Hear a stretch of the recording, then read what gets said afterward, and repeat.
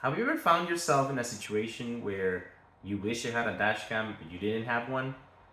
Well, I have not. In today's episode, I'm going to show you how I installed my dash cam and how important it is to have one in case of an emergency. Don't be stranded in the middle of the road without any proof.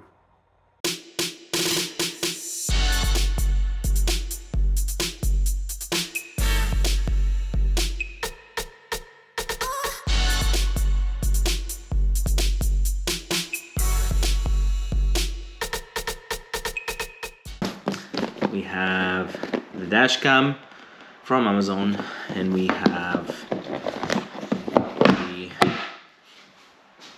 the seat, and we have the front camera. And so this is supposed to be the cup, the suction cup that goes into the windshield. We have the front facing camera packaged on its own. That is supposed to go like this, and this one I guess plugs in like this,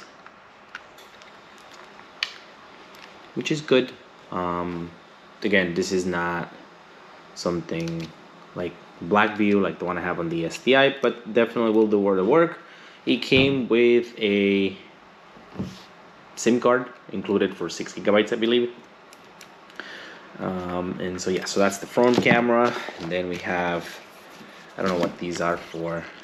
I guess, I don't know, I gotta research about it. But so the manual, how it's all set up, and I guess it has an app. You have to download the app. Then after that we have the rear camera, which is this one. Actually, no, this is the cable, which I'll get to in a minute. And then we have the camera, the rear camera that is right here.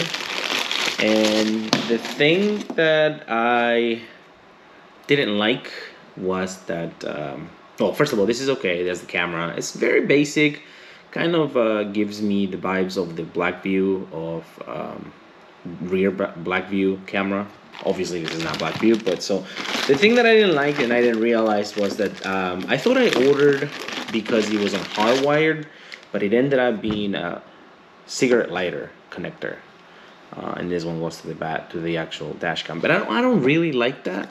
I like connecting my dash cams to fuse stop or direct to the battery, well, with a switch, but ideally you want to do the fuse stop way. So I went ahead and I went to Amazon and I got myself an actual cigarette lighter fuse stop connector, where one of them goes to the ground, the other one goes to the fuse stop, and as you can see here, this cable just goes right there. And now you have a fuse stop connection rather than a cigarette lighter connection, which is good. So this was an extra, I believe, $8 or $10. I'm gonna be posting all the links down in the comments below. So if you guys want to order it, more than welcome to. Again, this is just a review of the camera. I needed a camera regardless, so I'm getting it. I got it anyways because I need to keep myself safe and sane in case of an accident. Since I put so much into my car, this is for the BRZ. So let's get it going. So we're gonna start by finding a place for the fuse.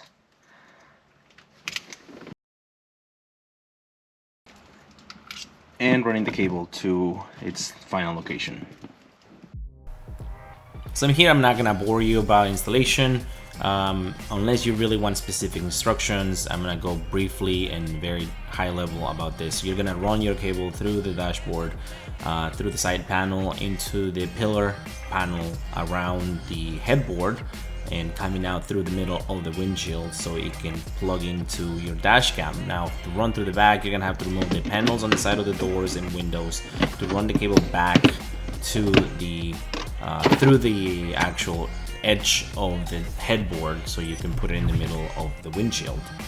This is kind of like standard procedure for all dash cams, but I understand if you do not want to see that part. That's why I'm speeding it up and making sure that I just cover the basics.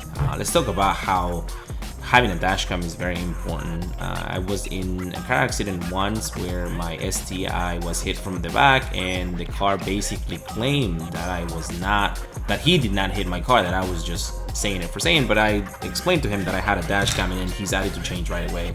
So you always want to be prepared and make sure that you have proof of everything that happens, and also be able to just record anything that you may want to look back later. I have one black view in my STI, and I have now this one in my BFC. Okay, so my GoPro died. For some reason it overheated, so I tucked in the cable that came from here all the way around, and as you can see here, this is the one for the mirror, which I'm still working out. Have to fix it, but so this comes up here. I tucked it in.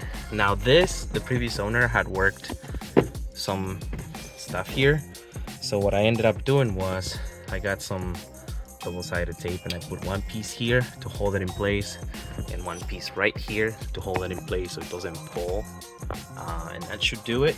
And then I'm gonna reroute this back to the wire tap and then connect the second one. So let's go.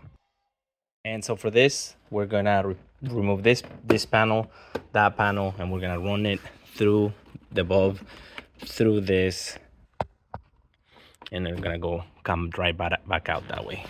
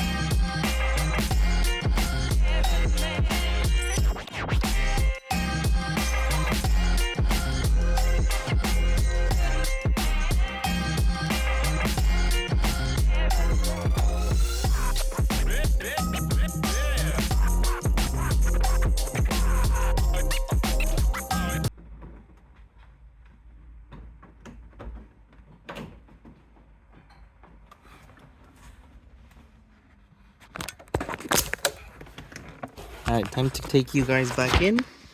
So I routed the cable from here all around through inside, came out this way, and then routed it this way. And now I will try to move it this way, which may or may not be hard. I mean, somehow I have to route it through here, come around this way so it can come across. But let me see what I can do. After several minutes and a lot of fighting, it finally went in. It went through here, and now it's coming out right here, just to be plugged, which is awesome. Almost done.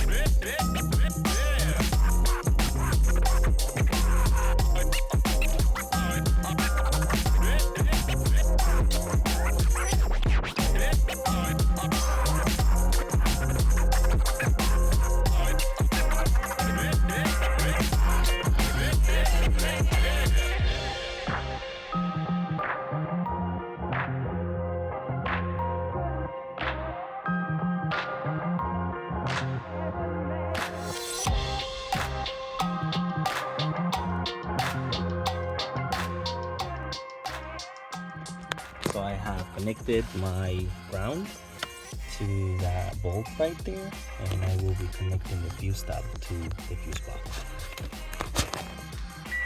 Alright, so now that this is not overheating anymore, probably have little time for this, but so I ended up doing the I connected here the ground, and I did a fuse stop to continuous, not continuous, but it's only on switch power.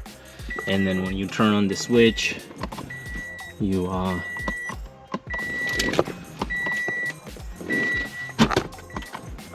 light up, and there you have it.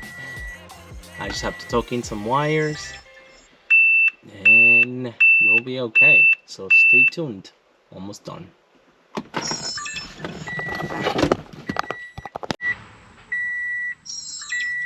Alright, so here we are. We're back after troubleshooting. I connected it, I downloaded the application, and everything works fine. The camera is back there. I ended up connecting it backwards, so I had to unstick it, turn it around, and stick it back on. But everything works as intended, so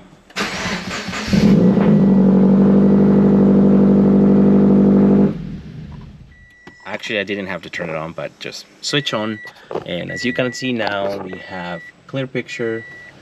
We have the front and back, and I can switch in between back and front, and I can switch to only front or only back. Now this, you may think, why is it looking like that? Let me fix that for you. And I'm back, and now it's going to look exactly what it's supposed to. So I have the back of the camera where it was the trunk lid was open, that's why I couldn't show. So we have again directional and date and stuff that you may want to know. And then we have off in case you're driving at night, and we're back at dual view. And so if we go to the app, we're gonna see how the camera is listed there, and we have to do this old school way, that's one of the things I didn't like about this camera, was that you had to always select Wi-Fi on, which kind of sucks, because every time you want to connect to Wi-Fi, you have to just go and Wi-Fi on, and once it turns off, once you turn on, then you go back to the app, and it will ask you to connect there. I had already previously done that.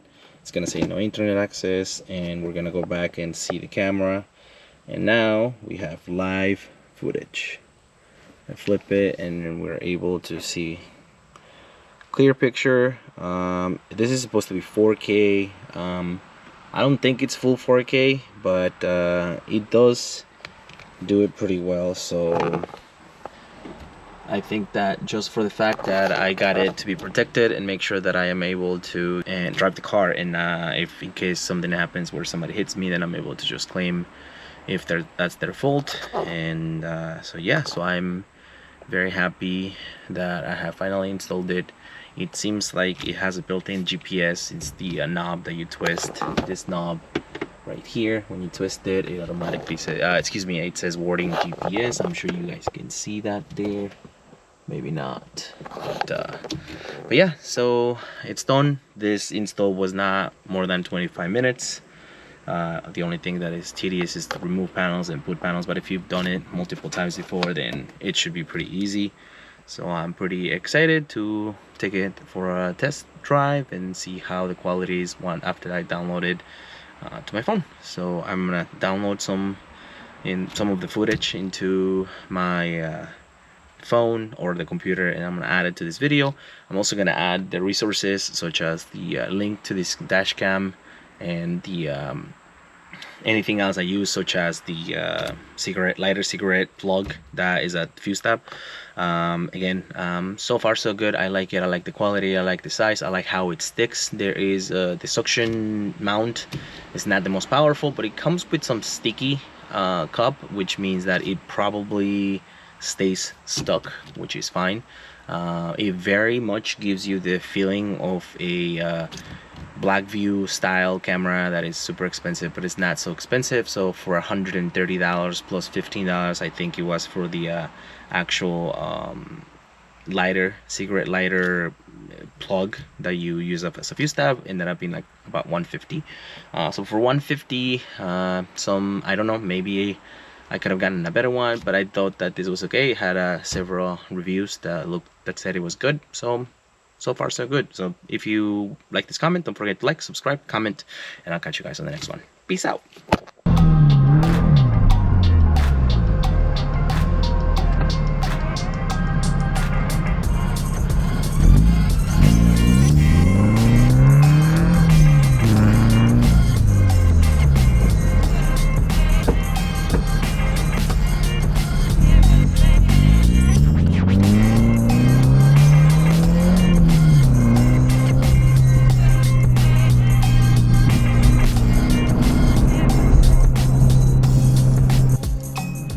The footage is so clear during the day, but not so much during the night. But if you can see here, I almost ran over a raccoon and his little baby.